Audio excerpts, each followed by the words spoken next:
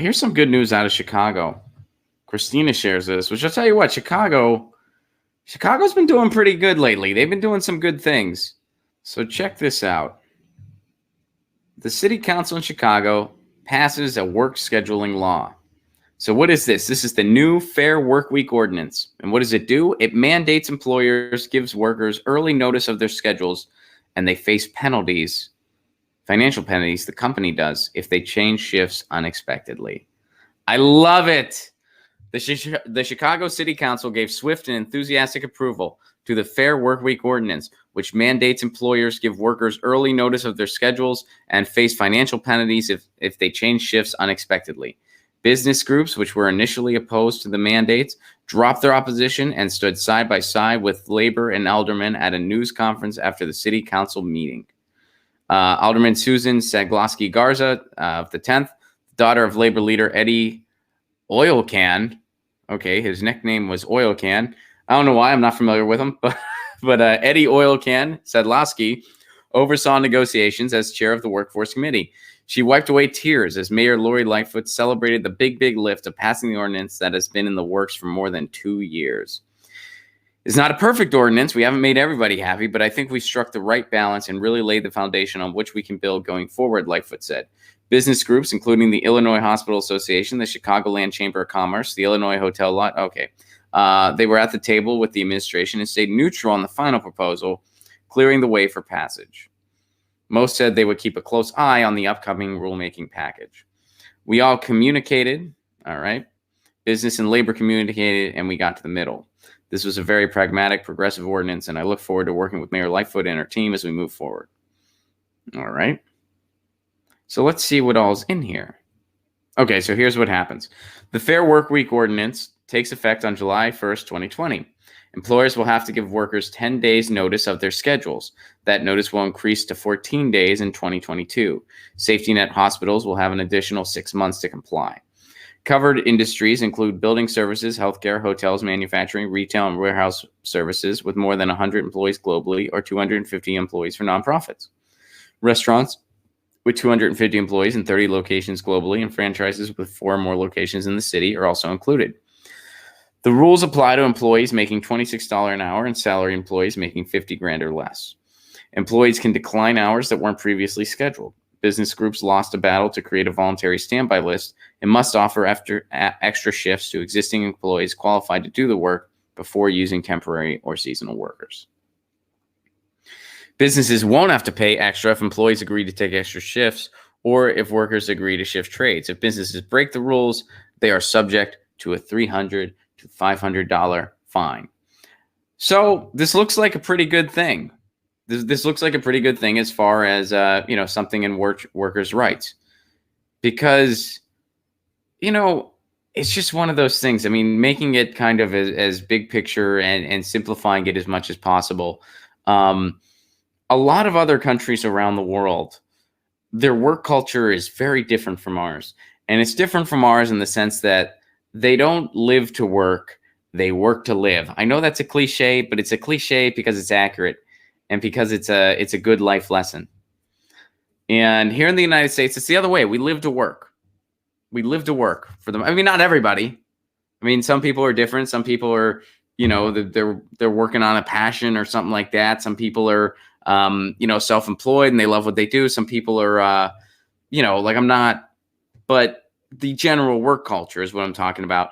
It is a live to work culture, and low-level workers, especially, you get screwed over all the time. They just want to dictate your schedule. They don't give you your schedule in a timely manner. You see stuff like that all the time where, you hear people, gee, I don't know if I'm going to work yet or not, so I can't commit to X, Y, Z. I don't know if I'm going to be able to do this because I might have to work. Hey, I just got scheduled and I can't get out of this shift.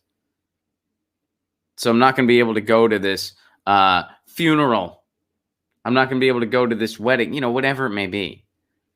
You hear about that all too often in the United States. And I'm sure all of us at some point in our lives have been exposed to work cultures that were just disgusting. I know I have. I know I have. And I mean,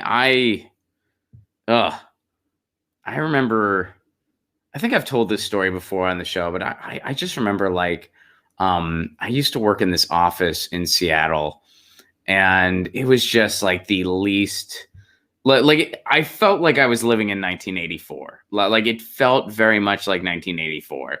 Like it was just everybody was like suspicious of everybody else. Everybody would try to like stab each other in the back to get ahead. Um, my boss was just mean. Like there's no other way to put it. Like she was just mean. She was a genuinely mean person. And her and the other supervisor hated each other. So they were mean to each other. And then the one guy at the top was actually a really nice dude, but who knows if that was sincere or not coming from him. Everybody was grossly underpaid, myself included. And the work was boring and lame as hell. And we all existed in this Orwellian office. And I'll never forget, I had this situation where my uncle died. And it happened suddenly. And I had like another hour left on my shift. I called my boss. I'm like, you know what? I'm really shaken up. I got this horrible news. Is it okay if I leave early? And she did say yes. This was a different supervisor, though. This wasn't the mean lady. She probably would have said no. She was so mean. But so anyway, I just remembered. And prior to this was like pretty much one of my first day jobs out of college. So prior to this, I had only had like summer jobs and seasonal jobs and stuff like that. And I worked in a warehouse where everybody was just super cool and friendly. And everybody was just very, very warm, like it was like the total opposite. And I actually enjoyed the work. I enjoyed shipping and receiving. I've talked about this before. I worked in a textbook warehouse. So whenever we didn't have a bunch of shipments in, I would just be able to read all kinds of great books for free. So, I would just sit there and I would just read in the warehouse and then leave a bookmark. So anyway, when I got back, nobody said anything to me, like expressing any type of sympathy. No one said, "Hey, sorry for your loss." Not one person. And it blew my mind at the time. It blew my mind that nobody said it. Like I was almost offended that nobody said anything to me. Just like, "Hey, sorry." And as time went on in my life, and I still had a few more years of various day jobs, all of which were hellish, all of which sucked the energy out of me like a straw. Joe Rogan, and there's a podcast with Joe Rogan and Henry Rollins where they talk about how, some people just aren't wired for day jobs. And when you aren't, you're just, it's like taking poison. And that's how I'm a comic. That's what I do. That's who I am. And when I was starting out and was still new and wasn't able to quit my day job yet, it was like huffing poison all day. It was like you just felt depleted and so drained and so defeated. And so my point is, as the years went on and I had other day jobs, I realized how I should have expected nobody to say a word to me about my uncle's death. It's mind blowing that I had this one good experience. What I didn't realize, that was the exception to the rule. And in my experience, and hey, I'm sure there's some people watching this, you have an amazing day job where people are great. I'm sure that happens. And I believe you're also an outlier. That's what I believe. Because in my experience, the bad outweighed the good by a bunch. Pretty much. Our work culture is predatory. It encourages dog eat dog in so many for instances. It encourages not taking employees for granted. It doesn't encourage any type of worker rights. And that's our work culture in the United States that we've passively accepted. That's been imposed on us through years of rugged neoliberalism. The worker comes last. And there's this condescension is okay. What passes off as appropriate business communication is just subtle condensation. I just said it's just condescending 90% of the time. Like I'm sure we've all been in a situation where you're just like, why are you talking to me this way? Why are you talking to me this way? Like I'm a child. Like I'm not capable of critical thinking. Just thinking about it makes me mad. And I've not had a regular day job in 9 years. It's been 9 years for me since I last worked in an office. And, there are times where, there's a really cool, I guess I'll mention Henry Rollins again here since we're on the topic. And this is something he talks about a lot. There's a really popular video that he did that I think went viral. I forget the organization that he did it for. It was some outlet, but he talks about how he used to manage an ice cream store. And then, he quit that ice cream store to join Black Flag. And sometimes he would talk about how he had an ice cream scoop. And he would kind of say, this is what I got waiting for me if I ever drop the ball and can't do this anymore. And he said, look, no matter how hard times got, how many, there were times in Black Flag where it was brutal. He would get piss thrown at him. He would get spit on. They would sleep on floors. The van would break down. After Black Flag broke up, he wasn't sure exactly what he was going to do. But he always said, I'm going to do something. I'm going to keep trying because that ice cream scoop, that's what's waiting for me.